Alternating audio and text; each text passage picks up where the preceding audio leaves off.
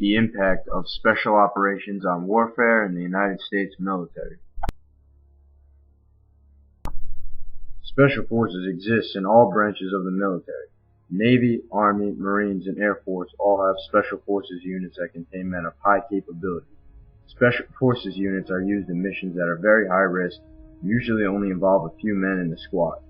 Many of these missions put the country at stake along with the men's lives.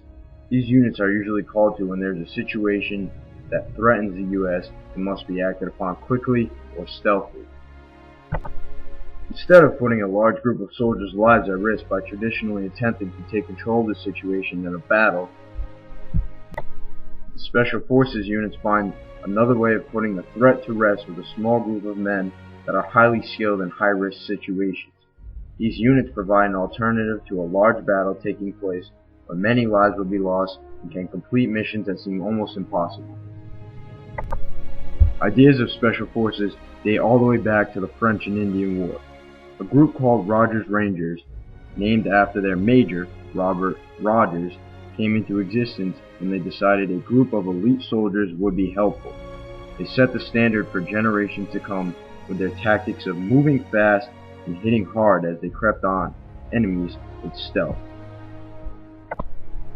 Organized United States Special Forces came into existence during the World War II era. They had started within the Army and came to existence because the Army was looking for ways that they could fight the enemy in a skilled way without having to create a mass attack that would cause the lives of many to be lost. Formerly known First Special Service Force, known as the Devil's Brigade, was a joint Canadian-American brigade that began July 9, 1942 at Fort William Henry Harrison in Montana. The brigade was known for its elite airborne training and its close-quarter combat against forces that heavily outnumbered them. Units such as Darby's Rangers, Merrill's Marauders, the Alamo Scouts were just a few of the newly organized Special Forces units that arose during World War II. The Office of Strategic Services was the next step in Special Operations units. The OSS was the first official special warfare team which was officially formed with FDR's approval, originated from a World War I veteran named William Donovan.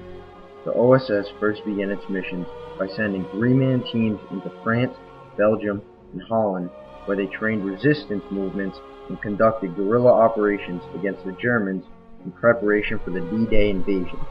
Another detachment of the OSS was Detachment 101, who organized a group of 11,000 Kachin tribesmen into an elite force that killed 10,000 Japanese. Only 206 of their own men were lost. When John F. Kennedy became president, three firm groups of special forces existed: the 10th, the 7th, and the 1st. These were the Army's elite. President Kennedy became very fond of special forces and supported the idea greatly.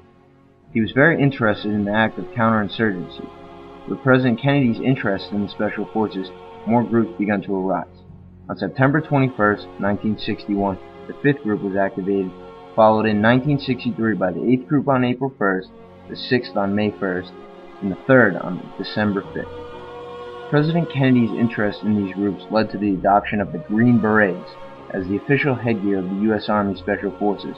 This is where the official name as the Army's new Special Forces, the Green Berets, arose.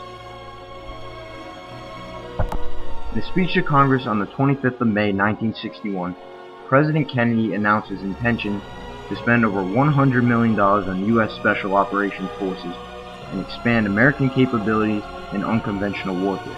The U.S. Navy decided that it was time they began to play a role in Special Forces.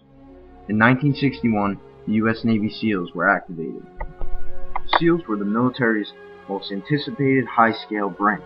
The SEALs have played a role in many high-risk operations, such as Operation Neptune Spear, which was the killing of Osama bin Laden. The mission succeeded because of the highly trained men involved. It goes to show how important the Special Forces play a role in the military today. Special Forces use a small task force of men who use techniques such as sniping or using the landscape to approach the enemy with stealth. These techniques have changed the way warfare is approached for the United States.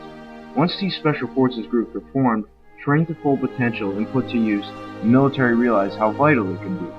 Special forces were formed in every branch and stand guard for whenever they may be called upon for a high-risk mission. Special forces have saved the lives of many American soldiers. Without the creation of U.S. Special Forces, the history of warfare in America would be altered, and many more lives would have been lost.